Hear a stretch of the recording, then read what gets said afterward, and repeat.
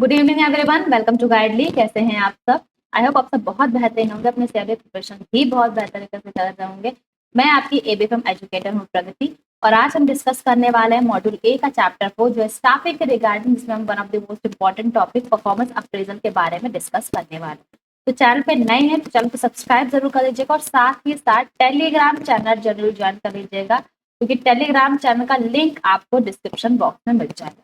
ठीक है, तो विदाउट एनी डिले सेशन को प्रोसीड करते हैं।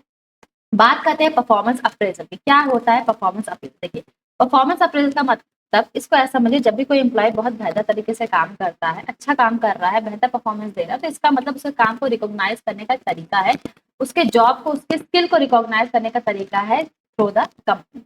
इसे नॉर्मल टर्म्स में कहा जाता है परफॉर्मेंस अप्रेजल। ठीक है, अगर डेफिनेशन की बात कर लेते हैं तो परफॉर्मेंस अप्रेजल का मतलब है कि पीरियोडिक तौर पे एग्जामिन करना। ठीक है, कोई भी एम्प्लॉय जो काम कर रहा है, जो टास्क उसको दिया गया है, उसे रेगुलर बेसिस पे उसको एग्जामिन करना, मॉनिटर करना। ठीक है, कंपनी के टर्म्स में कंपनी मॉनिटर करती है ताकि जॉब में परफॉर्मेंस कैसी हो रही है एम्प्लॉय की, वो तो देखा ही जा सके, साथ ही साथ ये भी देखा जा सके कंपनी ओवरऑल किस तरीके से कंट्रीब्यूट कर सकता है। यानी एक ऐसा परफॉर्मेंस जिसके जरिए, एक ऐसा प्रोसेस जिसके जरिए रेगुलर बेसिस पे जो एम्प्लॉयज हैं उनको मॉनिटर करने का काम किया जाता है। यानी वो जो काम कर रहे हैं उनके काम को कंपनी के जरिए मॉनिटर करने का काम किया जाता है, ताकि इस बात को देखा जा सके, फीडबैक रिगार्डिंग दिया जा सके वो एम्प्लॉय किस तरीके से काम कर रहा है, और जो कंपनी का गोल है, कंपनी का जो ऑब्जेक्टिव है, उसके रिगार्डिंग कैसा वो कंट्रीब्यूट कर रहा है। मेजर तौर पे इसे ही कंसीडर किया जाता है परफॉर्मेंस अप्रेजल। यानी परफॉर्मेंस अप्रेजल के जरिए किसी भी एम्प्लॉय की एबिलिटी देखी जाती है, उसके अचीवमेंट देखे जाते हैं, ग्रोथ देखे जाते हैं, या अगर कोई कमी रह गई है जो कि उस रिजल्ट पे बेस्ड होता है, जिसका एनालिसिस किया जाता है, जब उसे जो असेसमेंट दिया जाता है उसकी परफॉर्मेंस को चेक किया जाता है। इससे ही क्या ट्रीट किया जाता है? एनुअल रिव्यू, या फिर परफॉर्मेंस रिव्यू, या फिर इवेल्युएशन, या फिर एम्प्लॉय अप्रेजल। ठीक है, यानी कंपनी क्या करती है? कंपनी एम्प्लॉयज की एबिलिटी को, यानी ये जो मॉनिटर करती है कंपनी, जो एनालिसिस करती है कंपनी किसी भी एम्प्लॉय के जो जॉब का, उसकी एबिलिटी चेक करती है, उसकी अचीवमेंट चेक करती है, ये देखती है कि उसने कंपनी की ग्रोथ में कितना अपना कंट्रीब्यूट किया है।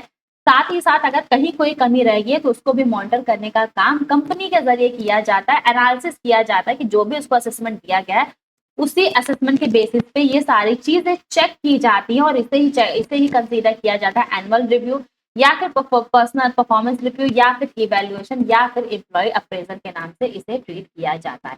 यानी ये जो भी रिव्यू किया जाता है, जो कि बिजनेस के जरिए या फिर कंपनी के जरिए जो किया जाता है, ये एक प्रॉपर फीडबैक प्रोवाइड करता है एम्प्लॉय को कि उसने जो काम किया है, उसने कैसा काम किया है, क्या कितना उसने बेहतर कंट्रीब्यूट किया, और कितना वो बेहतर और कर सकता है। और इसी के बेसिस पे जब वो बेहतर काम करता है तो उसे सैलरी को इंक्रीज किया जाता है, उसे इंसेंटिव प्रोवाइड किया जाता है, और इसी के जरिए इसे ही ट्रीट किया जाता है परफॉर्मेंस अप्रेजल। ठीक है, तो परफॉर्मेंस अप्रेजल में क्या होता है? जो भी असेसमेंट एम्प्लॉय के दिया जाता है, जो भी टास्क दिया जाता है, उसके जरिए उसकी परफॉर्मेंस को इवेलुएट किया जाता है, उसी के रिगार्डिंग फीडबैक भी दिया जाता है, और साथ ही साथ सैलरी, अगर वो अच्छा काम करे, सैलरी इंक्रीज किया जाता है, या फिर इंसेंटिव भी दिया जाता है, या फिर किसी एम्प्लॉय को टर्मिनेट करना है या फिर नहीं करना है, वो भी इसी असेसमेंट का जो इवैल्यूएशन किया जाता है उसी के जरिए ही बताया जाता है। तो आई होप अब आपको परफॉर्मेंस अप्रेजल अच्छे से समझ में आ गया होगा। यानी अगर मैं क्रक्स की बात करूं तो परफॉर्मेंस अप्रेजल एक ऐसा प्रोसेस है जिसमें किसी भी एम्प्लॉय को जो टास्क दिया जाता है, उस टास्क को मॉनिटर किया जाता है। यानी ये देखा जाता है कि कब एम्प्लॉय किस तरीके से परफॉर्म कर रहा है, उसने अपनी एबिलिटी का यूज कितना बेहतर तरीके से किया, कंपनी की ग्रोथ में उसने कितना कंट्रीब्यूट किया, और इसी के बेसिस पे उसे इंसेंटिव प्रोवाइड किया जाता है, सैलरी प्रोवाइड की जाती है, साथ साथ उसके वर्क को रिकॉग्नाइज भी किया जाता है। इसे ही ट्रीट किया जाता है परफॉर्मेंस अप्रेजल के। आई होप आपको ये अच्छे समझ में आ गया होगा।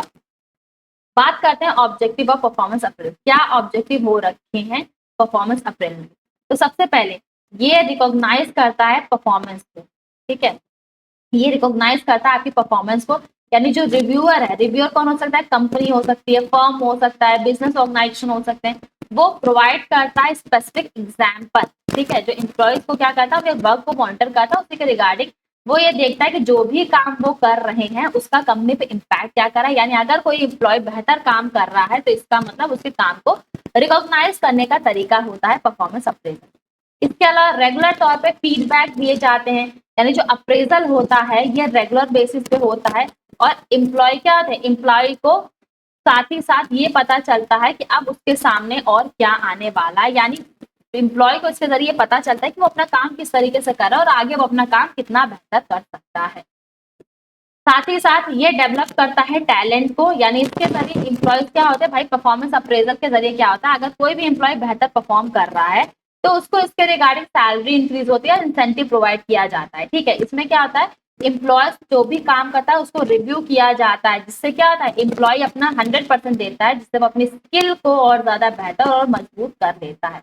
साथ ही साथ इसके जरिए वो अपने वीकनेस को भी आइडेंटिफाई करता है, यानी अगर एम्प्लॉय की जो परफॉर्मेंस है या एम्प्लॉय को जो टास्क दिया गया, अगर वो task up to the mark नहीं है, यानी कंपनी के अकॉर्डिंग नहीं हो रखा है, तो इसके जरिए एम्प्लॉय को क्लियर तौर पे ये पता चलता है कि उसे कहाँ काम करने की जरूरत है, किस बेसिस पे कहाँ उसको अपनी वीकनेस को किस तरीके से दूर कर सकता है और किस तरीके से वो कौन से ऐसे स्टैंडर्ड, कौन से ऐसे प्रिंसिपल फॉलो कर सकते हैं, कौन से उसको अपनी स्किल को इनहेंस करने की जरूरत है, जिसके जरिए वो अपने वीक के एरिया को भी स्ट्रॉन्ग कर सकता है और कंपनी के बेटरमेंट पे और ज्यादा कंट्रीब्यूट कर सकता है।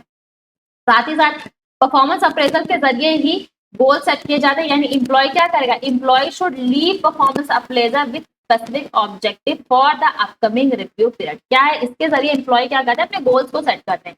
मान लीजिए कोई एम्प्लॉय उसने बेहतर परफॉर्म नहीं किया तो वो क्या करेगा, अपनी वीकनेस को फाइंड आउट करेगा और देखेगा किस स्किल पे उसे और बेहतर तरीके से काम करने की जरूरत है, यानी इसके जरिए फिर जब अपने वीकनेस पे काम करेगा तो उसके बाद अपने गोल्स को भी सेट करेगा, वो और बेहतर तरीके से काम करने के लिए अपने गोल्स को सेट करेगा ताकि उसकी परफॉर्मेंस बेहतर हो सके। तो ये टोटल 5 ऑब्जेक्टिव्स हो रखे हैं परफॉर्मेंस अप्रेजल के। आई होप आपको ये अच्छे से समझ में आ गए होंगे, और अगर समझ में आ गया तो अब चर्चा करते हैं इनसे रिलेटेड एमसीक्यू की, क्योंकि जो आपको कॉन्सेप्चुअल क्लियरिटी के लिए बेहद जरूरी हो रखे हैं। तो फर्स्ट एमसीक्यू क्या रहा है, performance appraisal mainly refers to, performance appraisal major तौर पे क्या रिफर करता है। ऑप्शन ए कह रहा है the periodic assessment of an employee's job performance and overall contribution of the company, यानी रेगुलर बेसिस पे जो एम्प्लॉय है उसकी परफॉर्मेंस किस तरीके से हो रखी है, अच्छी है या फिर खराब है या फिर अप टू द मार्क है, साथ ही साथ वो कंपनी में ओवरऑल कितना कंट्रीब्यूट कर रहा है। सेकंड स्टेटमेंट कह रहा है a one time interview of a candidate before join, यानी कोई भी कैंडिडेट है जब वो ज्वाइनिंग के लिए जाता है उससे पहले जो उसका इंटरव्यू होता है जो कि एक ही बार होता है उसे कंसीडर किया जाता है परफॉर्मेंस अप्रेजल। सी कह रहा है only the evaluation of financial benefit given to employee, यानी किसी भी एम्प्लॉय को जो फाइनेंशियल टर्म पे मॉनेटरी टर्म्स में जो बेनिफिट दिए जा रहे हैं सिर्फ और सिर्फ उसके रिगार्डिंग ही ये बात करता है। और लास्ट कह रहा है गवर्नमेंट मैंडेटेड ऑडिट है कंपनी का एचआर प्रैक्टिस के रिगार्डिंग। तो भाई क्या राइट आंसर है, राइट आंसर है आपका आंसर है, यानी एक ऐसा असेसमेंट है जो कि रेगुलर बेसिस पे किया जाता है ताकि किसी भी एम्प्लॉय की परफॉर्मेंस क्या हो रखी है, क्या वो अप टू द मार्क है या फिर नहीं, या फिर ओवरऑल कंपनी के बेटरमेंट के लिए कितना बेहतर परफॉर्म कर पा रहा है, इसे चेक किया जाता है, फीडबैक दिया जाता है through the monitoring. Next question की बात करते हैं, which objective ensure employees leave appraisal with specific objective for the upcoming review period. भाई कौन सा ऐसा ऑब्जेक्टिव है, जो हमने 5 ऑब्जेक्टिव पढ़ा था उसमें से ऐसा कौन सा ऑब्जेक्टिव है जो इंश्योर करता है कि एम्प्लॉयज की जो लीव अप्रेजल है वो स्पेसिफिक ऑब्जेक्टिव के साथ होने चाहिए ताकि अपकमिंग पीरियड के लिए। तो ये बात होती है सेट गोल्स में। तो राइट आंसर क्या है, राइट आंसर है आपका ए। तो आज की क्लास में हमने क्या डिस्कस किया, आज की क्लास में हमने एग्जाम पॉइंट ऑफ व्यू से जो कि काफी इंपॉर्टेंट है परफॉर्मेंस अप्रेजल का टॉपिक डिस्कस किया। आई होप आपको ये समझ में आ गया होगा। चैट बॉक्स के जरिए, कमेंट सेक्शन के जरिए आप मुझे जरूर बताइए कि आपको ये टॉपिक समझ आया या फिर नहीं, या फिर कोई भी डाउट है, कोई भी कंफ्यूजन है तो आप टेलीग्राम चैनल के जरिए भी मुझसे पूछ सकते हैं। इसके अलावा मैं आपको बता दूं कि गाइडली सारे जेआईबी और सीआईबी प्लान पे आपके लिए गणेश चतुर्थी स्पेशल ऑफर लेकर के आए, यानी आपको सारे जेआईबी और सीआईबी प्लान पे फ्लैट 30% ऑफ मिलता है।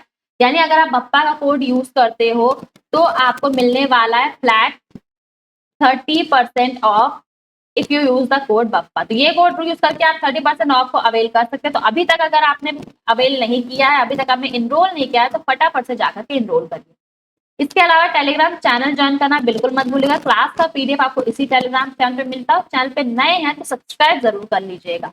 कमेंट सेक्शन का यूज करके मुझे जरूर बताइएगा कि आज की क्लास आपको कैसी लगी। साथ ही साथ आप टेलीग्राम चैनल के जरिए भी जुड़ करके अपना फीडबैक मुझे दे सकते हैं। ठीक है, चैनल पे नए तो चैनल को सब्सक्राइब जरूर कर लीजिएगा, बेल आइकॉन को प्रेस कर लीजिएगा। चैनल अगर आप सब्सक्राइब करेंगे तभी आपको आगे और भी बेहतर क्लासेस से रिगार्डिंग जो होने वाले हैं, जो सरप्राइज आने वाले हैं, उसके रिगार्डिंग आपको नोटिफिकेशन तभी मिल पाएगी जब आप चैनल को सब्सक्राइब करेंगे। तो टेलीग्राम चैनल जुड़कर भी आप मुझसे अपना फीडबैक शेयर कर सकते हो, या फिर अगर आपका कोई भी डाउट है रिगार्डिंग JIB, CIB, IFS या फिर ABFM, तो वो भी आप टेलीग्राम चैनल के जरिए आप मुझसे 1 to 1 इंटरेक्ट करके अपने उस डाउट को क्लियर कर सकते हैं। तो आज के फिलहाल इतना ही, मिलते हैं नेक्स्ट वीडियो सीरीज में कुछ ऐसे इंपॉर्टेंट टॉपिक के साथ। Till then take care.